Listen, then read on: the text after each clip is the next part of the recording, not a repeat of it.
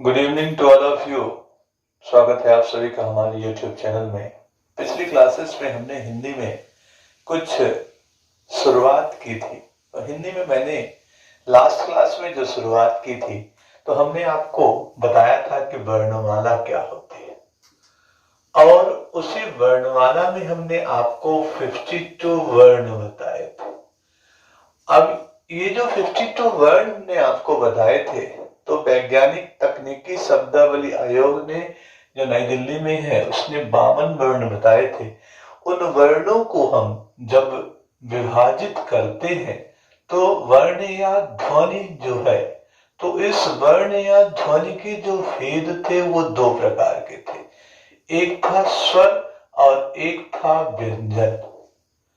तो स्वर और व्यंजन की जब भी बात करते हैं तो स्वर और व्यंजन ये दो जो है तो यहाँ पर सबसे पहले ये जानना जरूरी होता है कि स्वर क्या होते हैं और फिर जानना जरूरी होता है कि व्यंजन क्या होते हैं।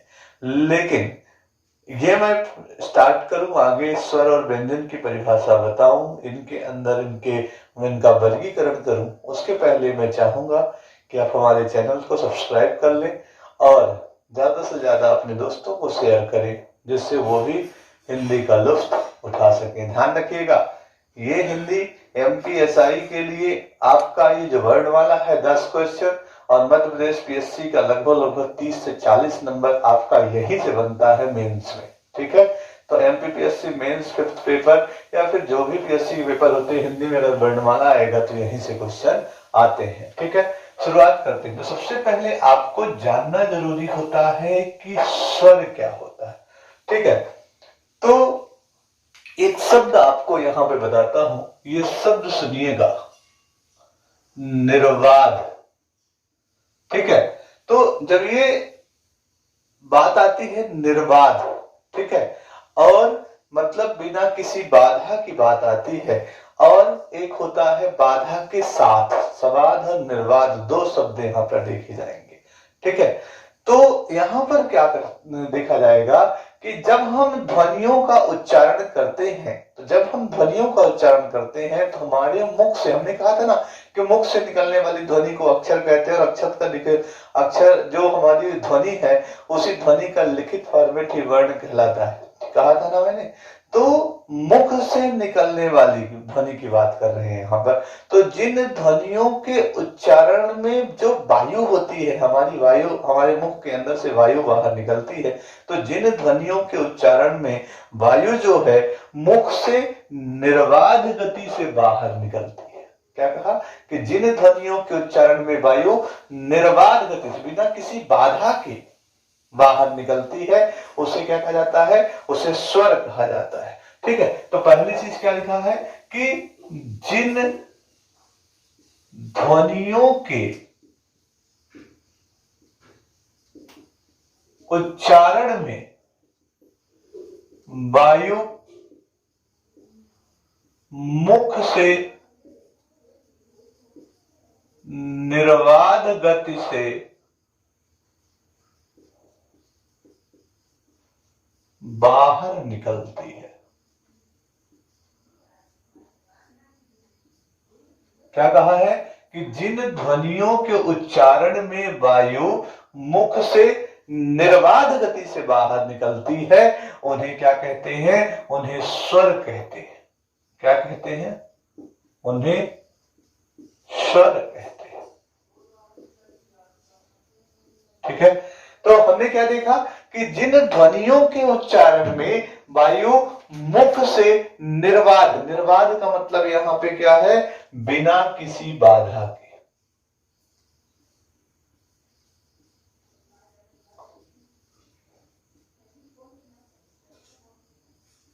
ठीक है, क्या देखा कि जिन ध्वनियों के उच्चारण में, ध्वनि जो हमारे मुख से बाहर निकल रही है उसको हमने क्या कहा था, अक्षर कहा था, लिख दिया तो वर्ड निकला है। तो जिन ध्वनियों के उच्चारण में वायु मुख से निर्बाध गति से बाहर निकलती है उसे क्या कहते हैं, स्वर कहते हैं। ध्यान रखिएगा आपके जीवन का आधार है यही स्वर। ठीक है ना, बाद में आएगा स्वर कितने प्रकार के होते हैं, व्यंजन कितने प्रकार के होते हैं। ठीक है। री किस क्या है, स्वर है कि व्यंजन है, स्रा क्या है, स्वर है कि व्यंजन है, सब देखेंगे यहाँ पे। ठीक है। उसके बाद यहाँ पर ध्यान रखिएगा, या तो फिर इसकी एक और डेफिनेशन बताते हैं, क्या हो सकती है कि वे ध्वनियां, ये मेंस में लिखिएगा, ये वाली डेफिनेशन, वो वाली अगर भूल जाए तो ये वाली लिख दीजिएगा। वे ध्वनियां जो क्या है, स्वतंत्र है। ठीक है, वे ध्वनियां जो स्वतंत्र है तथा बिना किसी सहायता के,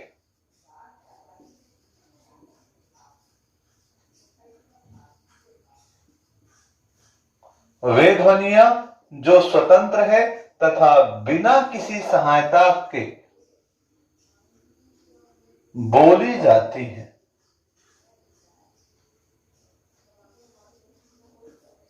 वे ध्वनियां जो स्वतंत्र है और बिना किसी सहायता से बोली जाती हैं या लिखी जाती हैं, या क्या की जाती हैं, लिखी जाती हैं। ठीक है, उन्हें क्या कहते हैं, स्वर कहते हैं। डेफिनेशन याद कर लीजिएगा, जिन ध्वनियों के उच्चारण में वायु मुख से बिना किसी बाधा के बाहर निकलती है, या फिर वे ध्वनियां जो स्वतंत्र है और बिना किसी सहायता के बोली वाली लिखी जाती है, उन्हें कहते हैं क्या, स्वर। जैसे आ, ठीक है, ई पढ़ते नहीं पढ़ते हो वो, ठीक है, तो वो क्या कहलाते हैं, स्वर कहलाते हैं। तो यहां पर प्रश्न उठता है कि स्वरों की संख्या कितनी है। तो स्वरों की संख्या कितनी है, तो वो है, ध्यान रखिएगा, वो है 11। कितने हैं स्वर, 11। अब वो 11 कौन कौन से स्वर हैं, ये भी आपको महत्वपूर्ण है, याद करना जरूरी है। तो 11 स्वर कौन कौन से हैं, तो आ, बड़ा आ, छोटी ई, बड़ी ई, छोटा ऊ, ठीक है, बड़ा ऊ, लिख लिया आप लोगों ने। उसके बाद देखिएगा री, उसके बाद ए, ऐ, ओ और आओ। ठीक है, क्या क्या देखा आप लोगों ने कि हमने वर्ण या ध्वनि के दो भेद बताए थे, स्वर और व्यंजन। और जिन ध्वनियों के उच्चारण में जो हमारे मुख से वायु निकल रही बिना किसी बाधा के निकलती है, उसे स्वर कहते हैं। या फिर वे ध्वनियां जो स्वतंत्र है और बिना किसी सहायता के बोली या लिखी जाती हैं, उन्हें स्वर कहते हैं। और इनकी संख्या कितनी है, तो 11 है। पेपर में आपके आता है स्वरों की संख्या कितनी है और कौन कौन से हैं, तो ये क्लियर हो कहानी।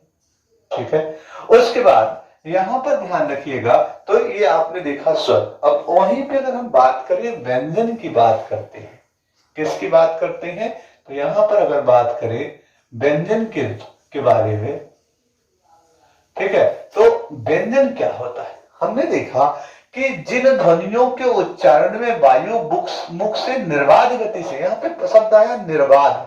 अब यहां पर एक शब्द आएगा, वो है सबाध, यानी सा मीन्स होता है साथ, बाद मीन्स बाधा की। ठीक है, तो जब अपन व्यंजन पढ़ते हैं तो व्यंजन की परिभाषा होती है, सेम यही चीज यहाँ पे निर्वाध की जगह क्या लिख देना है, सबाध लिख देना है।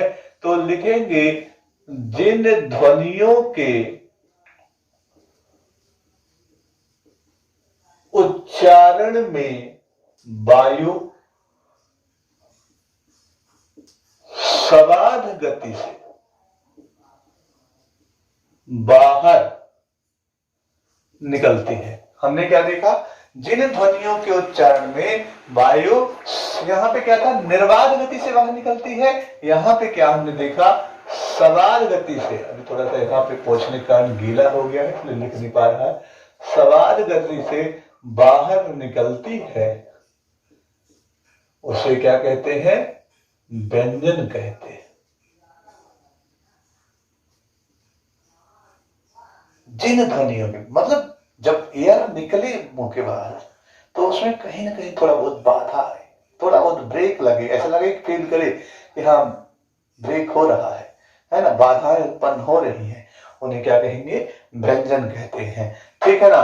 यानी यहाँ पर आपने क्या सीखा था कि वे ध्वनियां जो स्वतंत्र हैं तथा बिना किसी सहायता के बोली या लिखी जाती है। इसी को थोड़ा सा उल्टा कर दिया जाए कि या करके वे ध्वनियां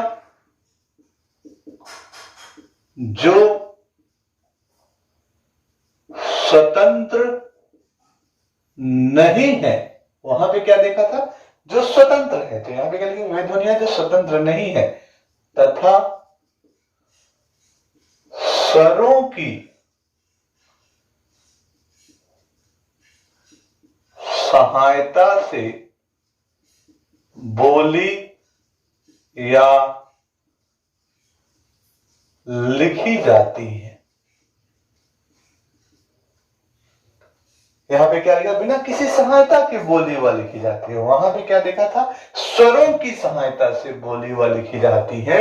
उन्हें क्या कहते हैं, तो उन्हें कहते हैं व्यंजन वर्ण कहते हैं। क्लियर हुआ कहानी। ठीक है। अब यहां पर अगर क्वेश्चन पूछा जाए कि व्यंजन वर्णों की मूल रूप से संख्या कितनी होती है, तो व्यंजन वर्ण जो होते हैं, तो ध्यान रखिएगा, व्यंजन वर्ण की मूल रूप से जो संख्या होती है वो होती है कितनी, 33। तो वो कौन कौन से व्यंजन वर्ण होते हैं, तो ध्यान रखिएगा, का, खा, गा, घा, अंगा। ठीक है। फिर उसके बाद चा, छा, जा, झा, इया, ता, था, दा, धा, था ठीक से बना देना है। ठीक है। ता, था, दा, धा, अणा। ठीक है। ता, था, दा, धा, ना बना दिए यहां तक। फिर उसके बाद पा, फा, बा, भा, मा। ठीक है। या, रा, ला, वा, सा, यहां तक बना। ला, वा, सा यहां नहीं लिखना, आपको मना किया है मैंने, तो मत लिखिएगा। शा, सा, सा और हा। कुल मिला के कितने हुए, काउंट करिए, 5 5 5 5 5 5 पचम 25 हो गए, 4 4 टोटल कितने हो गए, 33। तो क्वेश्चन आपसे पूछा जाएगा कि यहां पर कितने प्रकार के स्वर होते हैं, तो स्वरों की संख्या कितनी होती है, 11, और व्यंजन वर्णों की संख्या कितनी होती है, तो वो होती है आपकी 33। तो हमने आपको आज क्या क्या पढ़ाया है कि वर्णमाला में कितने वर्ण होते हैं, 52, और उनमें वर्णों को विभाजित किया गया है 2 प्रकार से, स्वर और व्यंजन। और जब ध्वनियां हमारे मुख से बाहर निकलती हैं, तो जब बिना किसी बाधा के निकले या फिर वो स्वतंत्र है, बिना किसी की सहायता से बोले या लिखी जाए, उन्हें कहते हैं स्वर, और उनकी संख्या कितनी है, 11। ठीक है। और वहीं पर जब बात करें व्यंजन की, तो जो ध्वनियां क्या है, स्वतंत्र नहीं है और स्वरों की सहायता से बोली या लिखी जाती है, जैसे का बोलते हैं तो का में बैकग्राउंड म्यूजिक क्या बज रहा है, आ बज रहा है। ठीक है ना। तो वैसे ही उनको क्या कहते हैं, व्यंजन वर्ण कहते हैं। उनकी संख्या कितनी होती है, तो 33 होती है। ठीक है। इसको मेंशन कर लीजिए आप लोग, इसका स्क्रीनशॉट ले लीजिएगा, और ठीक है, और अच्छे से पढ़ाई करिए। ठीक।